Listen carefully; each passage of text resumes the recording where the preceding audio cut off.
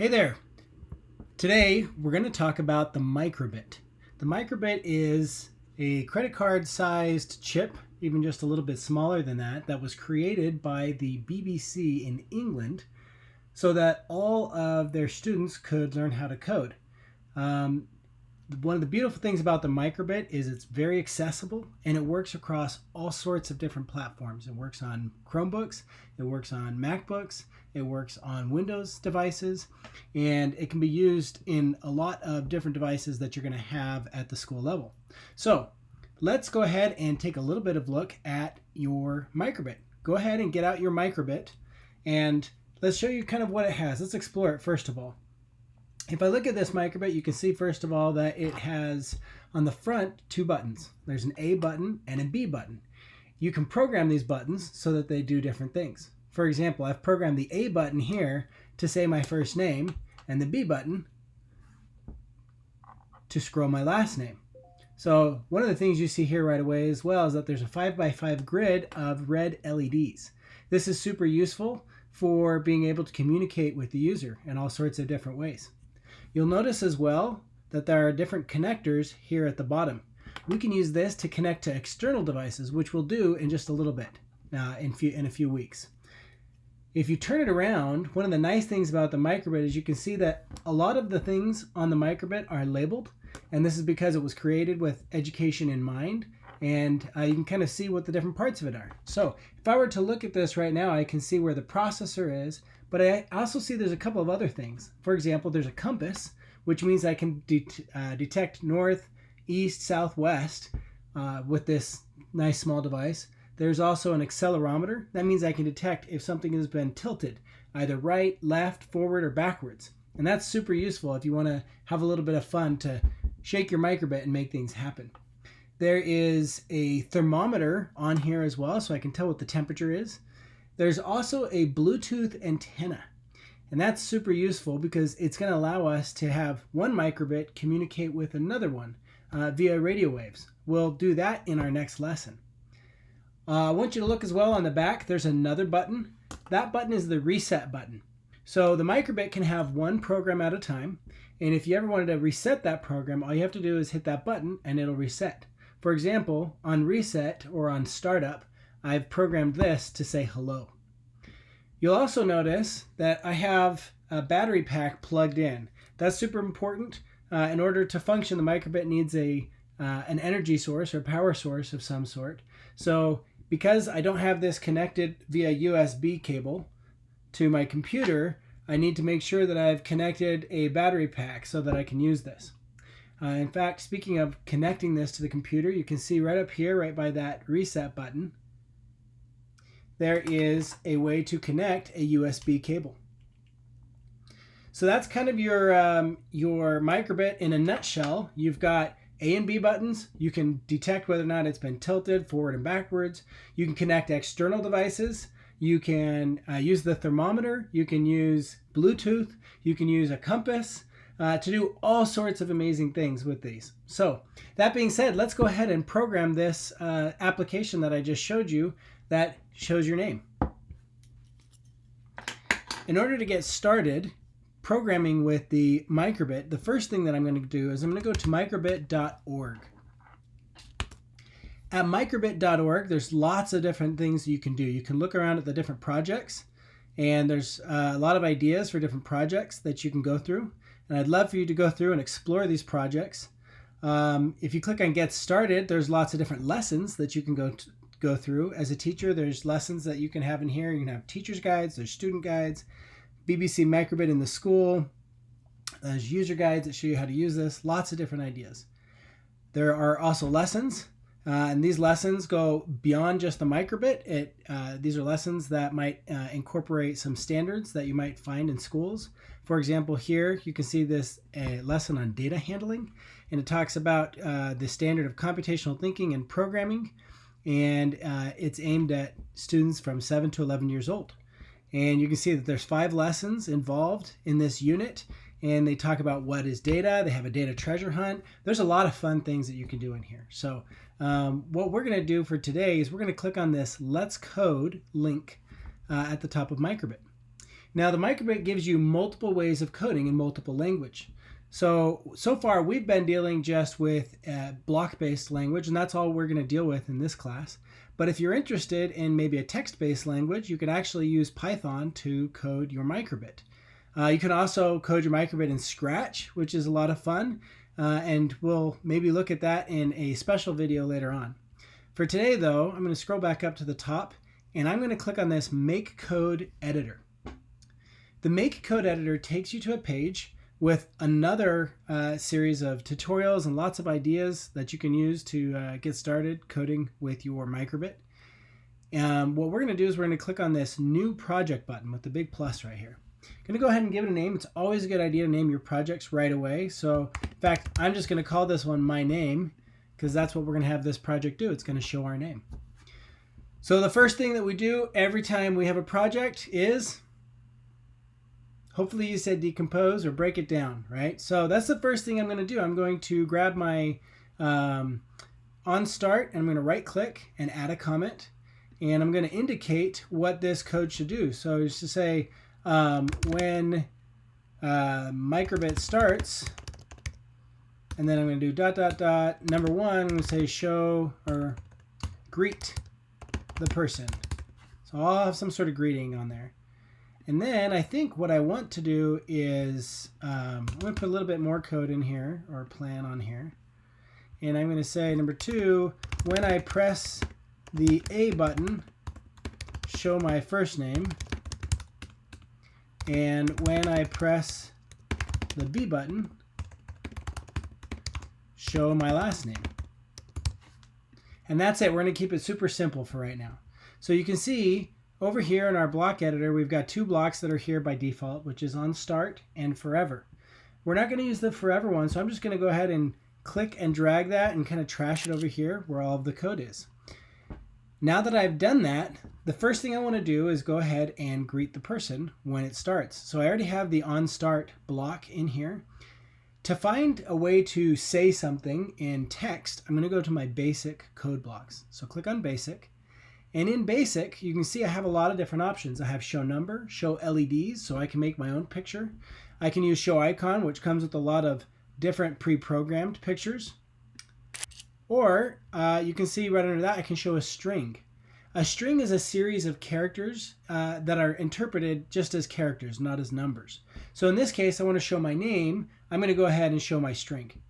You can see there are a lot of other things that I can do that are in these basic blocks.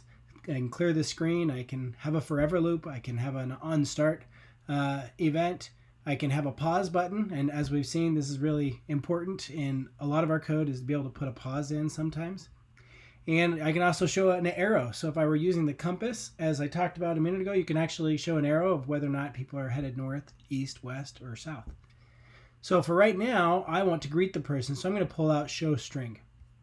I pulled out show string. You see it's inactive right now, and that's because this code is not attached to an event. So let's put it inside of the on start event. And I'm greeting the person. Hello actually sounds like a pretty good greeting, so I'm just going to leave hello right there. So I've done the first part of my plan. Now I'm going to look at this other. It says when I press the A button, show my first name. So in the basic blocks, you'll notice there was nothing here that said when I press the A button. That's going to be over in the input box, which is right below it. Now on the input, I'm going to look for the on button A pressed block and pull that out. Now when button A is pressed, I need to show my first name. So this is your first chance to do exactly what you want to do, which we just did up on start. So take a moment and find the block to put your name in there. Okay, so hopefully what you did was you clicked on basic and you scrolled down to show string and you pulled out the show string block. This time, instead of leaving it as hello, I'm going to go ahead and put my first name, which is Peter. And you can see whenever you have a string, it puts the string in quotes. And that's a way for the computer to tell us that that is a string or it's a series of characters. So that's show string Peter. So now what I need to do is this third one. In fact, you've already learned in what we've just done with on start and on button A how to do this entire step right here. So I want you to go ahead, take a moment, and pull out the blocks that you need to make it so that when you press button B, it'll show your last name. Go for it.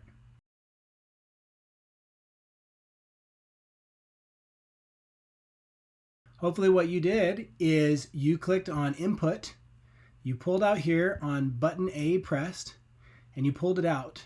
Now notice something that happens. Button A pressed goes gray right away. It looks like it's inactive. Why do you suppose that is? The reason is because I already have an on button A pressed. In Scratch, I was able to do parallel coding.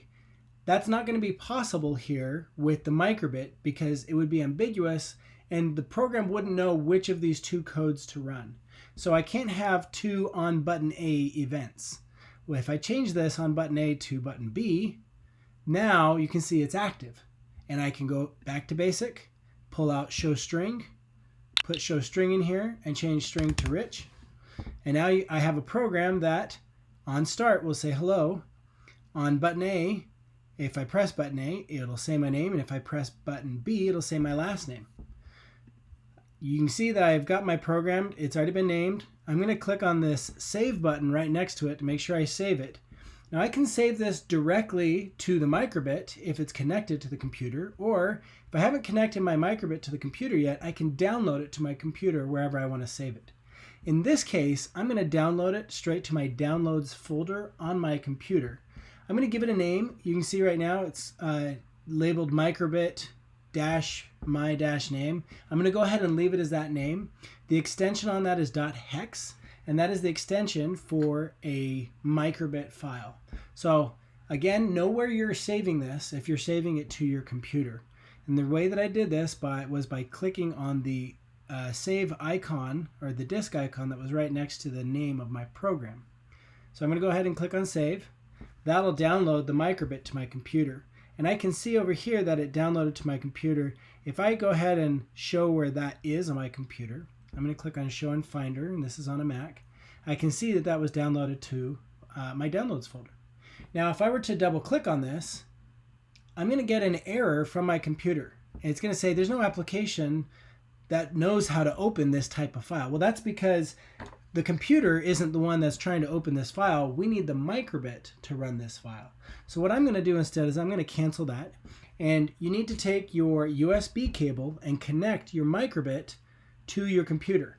Make sure that when you plug in your Microbit, you plug it in the right direction. Don't force it. I know that sounds silly to say, but I have had students in the past, not with Microbits, but with other electronics, have forced in a cord in the wrong direction, and it tends to break your electronics. So make sure things fit in the right holes. It's what we learn in preschool, right? So I'm going to go ahead and connect this via a USB cable to my computer, and now we can try and upload it to our Microbit.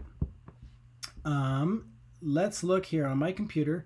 I have my Finder open. This is like an Explorer window on in Windows. And if I scroll down, I can see over here on locations, I now have a Microbit that has shown up as one of the locations where I can save things. So you can see over here, Microbit just has a details.txt file and a microbit.htm file. I'm not going to touch those. What I need to do is I need to go to my downloads, or wherever I downloaded that file. In my case, I'm going to highlight the file. It's called microbit-my-name.hex, and I'm going to copy the file. So I'm going to right click, and I'm going to look for copy on here, or duplicate in my case. So that'll just duplicate it. What I want to do is I'm going to take this file and I'm going to drag it over to Microbit on my locations. Now you'll notice as it does that, I have this light that blinks. What that's doing is the computer is telling me that it's copying the program to my Microbit. When that happens, you'll notice it restarts the Microbit once it gets the program on there. So I get a notification from my computer that the disk wasn't ejected because basically I shut off the Microbit. And your computer doesn't like it when something that's connected to it just shuts off all of a sudden. You can ignore that. It's not going to hurt the Microbit. It's not going to hurt your program. So I'm going to close that. What this means is I have now taken the program that I had online and I have downloaded it to my Microbit directly. So we need to see if it works. First of all, do I have power? I do. I can see I'm connected to the computer because I've got a light on the back and I've got my my USB cable connected. I'm going to disconnect my USB and just make sure that I kind of got a free-floating microbit now.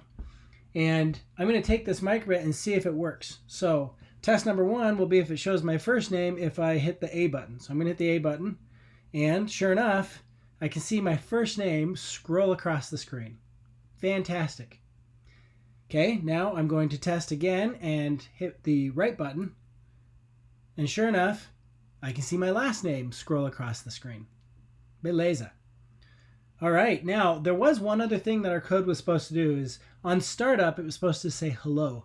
The only way to get this to restart again is to hit that reset button. So go ahead and hit the reset button and watch your microbit and make sure that it says, in my case, hello.